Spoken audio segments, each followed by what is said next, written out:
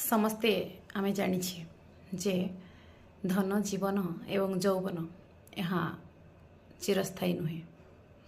ତଥାପି ମଧ୍ୟ ଯୌବନର ମାଦକତାକୁ ସମସ୍ତେ ସମ୍ଭାଳି ପାରନ୍ତିନି। ତେଣୁକରି କରିବସନ୍ତି ବହୁତ ପ୍ରକାରର ଭୁଲ ଏବଂ ଏମିତି ଭୁଲ ଯାହା ଜୀବନରେ କେବେ ସୁଧାରି ହେବନି। କେବଳ ପଶ୍ଚାତାପ ଛଡ଼ା ଆଉ କିଛି ନଥିବ। ତେଣୁକରି ବହୁତ ଲୋକ ଅଛନ୍ତି ଯେଉଁମାନେ ଏଇ ଯୌବନକୁ ନେଇ ବହୁତ ଅହଙ୍କାର କରିଥାନ୍ତି, ଗର୍ବ କରିଥାନ୍ତି, ସୁନ୍ଦରତାର ଚାତୁର୍ଯ୍ୟରେ ଅନ୍ୟକୁ ଫସାଇ ଦିଅନ୍ତି।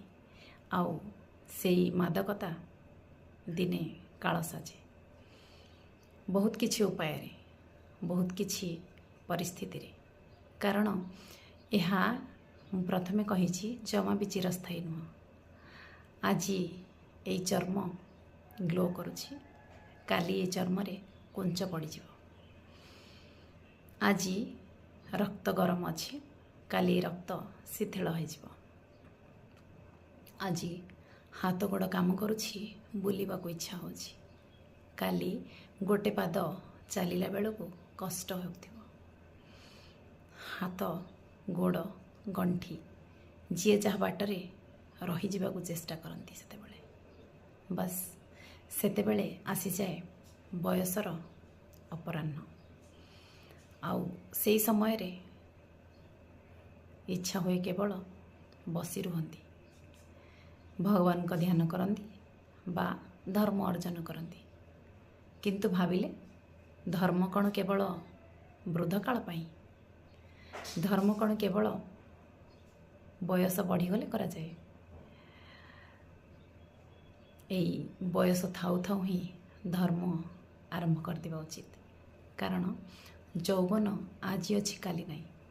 30-35 ହେଇଗଲେ ବାସ୍ ସରିଲା। ତାପରେ ଆରମ୍ଭ ହେଇଯାଏ ଜୀବନରେ ବହୁତ ପ୍ରକାର ରୋଗ, ଦୁଃଖ, ଶୋକ। ହଁ, ଶରୀର ସିନା ବୁଢ଼ା ହେଇଯାଏ କିନ୍ତୁ ମନ ବୁଢ଼ା ହୁଏନି। ମନକୁ ସେମିତି ଯୌବନ ରୂପୀ